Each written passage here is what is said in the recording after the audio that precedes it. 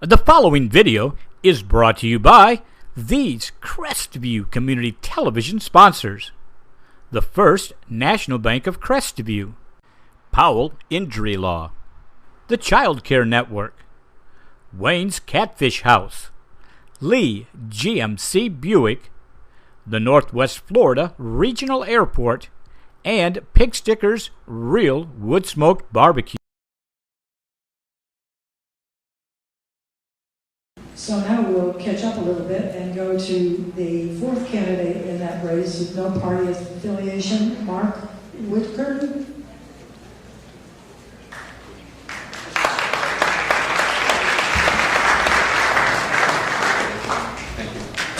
Thank you all for having me here. First of all, the last name is pronounced Wichern, kind of like wish Congress would earn your paycheck. I'm running, I want to thank you first of all for letting me come today and speak with you. Come here with my wife Laura, my beautiful wife, which will be our 15-year anniversary on Thursday. I didn't forget, honey. And I brought a couple of my team members, Jacob and Joey, here as well. And I want to appreciate their help for supporting us. I'm a little higher. Okay, sorry about that. A little better. The reason why I'm running is, to me, is because I'm kind of fed up with what's going on in Congress. And everybody seems to be sitting around saying, well, I'm just one person, what can I do? You heard earlier I'm running non-party affiliation. I am a registered Republican. The reason why I'd like to go NPA is because I'd like to start working with people and get some things done in Congress. And I think if you're a Republican and or a Democrat, it seems like they just fight amongst each other. So what I'll do is find a common ground where we can actually get a few things taken care of. Some of the things I absolutely want to do, first of all and foremost, one of the most important, well, probably not the most important, but the absolute urgent thing we have to do is securing our borders. We have some problems we don't know. Thank you. Securing our borders, we don't know what's coming across right now. Our border security is actually babysitting right now. And right now we don't know what diseases, dirty bombs, anything could be coming across the border. We have no idea. That needs to be shut down, absolutely.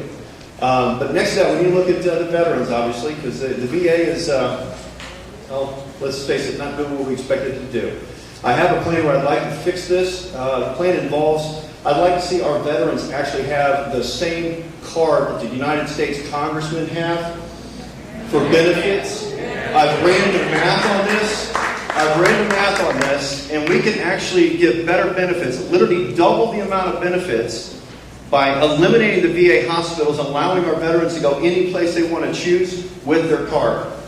And that way they get full benefits. That's what I'm kind of looking at. Run the numbers on it. We can actually double the benefits and still cut the budget. I think we have $150 billion allocated every year. And how much of that is actually going to overhead? So we're actually getting some final numbers on it this week, and I should have that available. The next thing I want to talk about is state rights. State rights is something that is just absolutely beyond me. The federal government is limited to what it can do. And it's called the Constitution. It's something that seems like we've forgotten all about. I'm a constitutional conservative. We need to stick to the Constitution and follow it as it's written. You know, our founding fathers were very bright men. I don't think many of us in here are smarter than our founding fathers were. We need to stick with what's written. The next thing I want to talk about briefly is going to be the cause of all the corruption in the United States. It's the monetary system. First and foremost, how many of you guys know that the Federal Reserve is not part of the United States government? Thank you.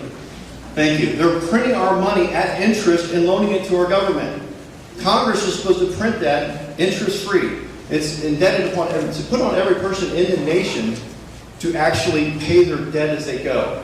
Now, this debt that we're looking at doesn't even include, the $17 trillion doesn't even include fractional reserve banking. Now we're up to about $170 trillion, plus unfunded liabilities, Medicare, Social Security, which I want to keep.